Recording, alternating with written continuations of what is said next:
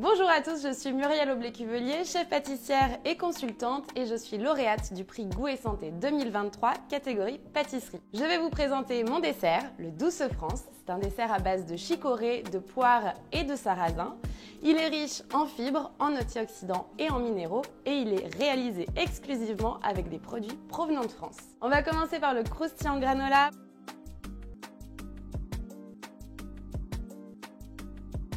Alors pour ce croustillant, c'est très simple, j'ai pris des petites noisettes et je les coupe en petits morceaux. Et je vais y ajouter mon riz soufflé et le sarrasin torréfié concassé, donc c'est du sobacha. Et j'ajoute mon blanc d'œuf. Je mélange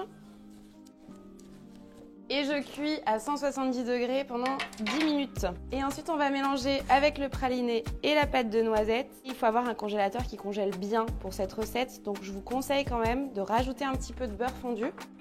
Et là, je peux étaler. Pour ceux qui n'ont pas de rouleau, vous pouvez prendre une bouteille en verre par exemple pour écraser en fait le croustillant. Et là je vais utiliser un emporte-pièce qui va avec mon moule en forme de pilule, mais vous pouvez aussi les couper en rectangle si vous avez envie. Et donc là je mets au congélateur le temps que ça prenne bien. Ensuite on va faire le biscuit pâtissière sarrasin. En fait, c'est une crème pâtissière agrémentée de blanc d'œuf qu'on va cuire mais sans aller à l'ébullition. Donc là je mets mes farines avec les jaunes d'œuf, un tout petit peu de lait. C'est un biscuit sans gluten, tout mon dessert est sans gluten. Et là, je mélange bien. Je fais chauffer et je viens mettre mes blancs à monter directement avec mon sucre. Et là, je viens faire épaissir, mais pas bouillir. Là, quand je fais épaissir, il faut que mes blancs soient montés déjà. Et ensuite, directement dans mes blancs. Et une fois que le mélange est homogène, on coule sur plaque et on étale rapidement. 15 minutes à 170 degrés. Une fois cuit, je les fais refroidir et je les retourne sur plaque avec une feuille pour garder bien l'humidité. Et là, on va s'attaquer à l'insert.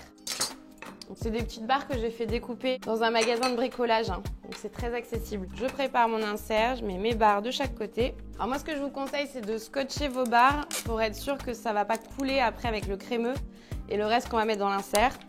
Et là, on peut le mettre au congélateur. Ensuite, on va passer au crémeux chicorée. Je fais chauffer mon lait. Je mélange mes jaunes avec un tout petit peu de sucre. Sucre de betterave bio française non raffiné. Je vais verser directement. Je reviens dans la casserole pour la cuire comme une crème anglaise. Je verse dans mon saladier. Je viens mettre ma gélatine hydratée. Là, je la fais bien fondre. Ensuite, j'ajoute ma chicorée soluble. Et ensuite, j'ajoute mon beurre. Voilà, une fois que c'est fait, je vous conseille de le laisser refroidir un tout petit peu au réfrigérateur avant de le couler dans l'insert. Et je vais en mettre une fine couche de quelques millimètres de diamètre. Et on peut lisser un petit peu à la spatule. Et on remet tout de suite au congélateur. Ensuite, on passe à la marmelade de poire. Pour cette recette, je vais faire caraméliser une toute petite partie de sucre. Donc caramel à sec. J'ai coupé mes poires en petites brunoises. Là, moi, je veux un caramel clair. Dès qu'il est clair, j'éteins et là j'ajoute mon jus de poire. Et ensuite je vais ajouter mes poires. Je mets mon poivre de Sichuan, un petit peu, quelques tours de moulin, pas que ce soit trop fort quand même. Et pareil pour mes graines de mélilo. Ensuite j'ajoute mon magnifique miel des monédières. Suivant la maturité de mes poires, je les fais cuire un petit peu, je les fais compoter un petit peu. Et ensuite j'ajoute le mélange, donc là c'est de la pectine de fruits qui va permettre de gélifier un petit peu. Et là je fais bouillir. J'arrête et je viens mettre ma gélatine et là je mélange. Si vous voulez être sûr que ça prenne assez rapidement, faites refroidir légèrement votre mélange avant de le couler sur l'insert. J'ai récupéré l'insert, donc maintenant je vais couler la marmelade dessus. Et on retourne directement au congélateur. Ensuite, on passe à la mousse châtaigne. Alors, on va faire une crème anglaise avec le lait et les jaunes d'œuf. Pendant ce temps, je peux faire monter ma crème. Donc là, c'est important d'avoir une crème liquide entière.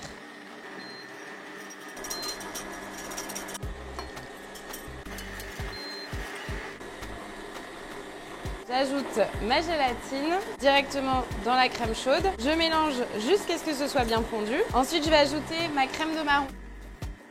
Et là, je peux placer ma crème 20 minutes au réfrigérateur, le temps qu'elle refroidisse un petit peu. Donc là, il me faut vraiment une crème mousseuse, pas trop montée. Là, je mets au frigo. Et pour alléger cette recette, j'ai décidé de faire une meringue au blanc d'œuf avec du miel. Et je foisonne. J'ai donc récupéré ma crème anglaise qui a refroidi aux alentours de 25 degrés. Je vais mettre ma crème montée, je mélange bien et ensuite je viens sur mes magnifiques blancs d'œufs et je mélange délicatement au fouet. Là, on va se préparer pour le montage. J'ai mon insert qui est bien congelé, je vais le couper en 8 puisque j'ai 8 empreintes. Je prends mon moule en face de moi et je viens remplir mes moules à la moitié. Et ensuite, je viens insérer mes petits inserts avec le biscuit sur le dessus. Je rajoute un petit peu de mousse si c'est nécessaire pour aller jusqu'en haut et ensuite, tout simplement, je lisse.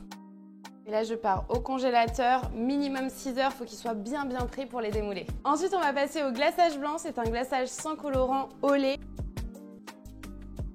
C'est très simple, je mets à chauffer mon lait et ma crème dans une casserole assez grande. Je fais chauffer et en même temps, j'ajoute mon mélange de sucre, de maïzena et de pectine nappage. Là, je porte à ébullition et je mélange quand même de temps en temps pour éviter que ça brûle dans le fond. Alors là, il faut le faire bouillir 2 minutes environ pour activer un petit peu la pectine, la maïzena. À la fin, je rajoute un petit peu de miel, la gélatine. Et la petite astuce pour éviter d'avoir des bulles d'air à ce stade-là, c'est de le passer avec une petite passoire fine. Ce que je vous conseille, c'est de faire le glaçage la veille ou 6 heures minimum avant.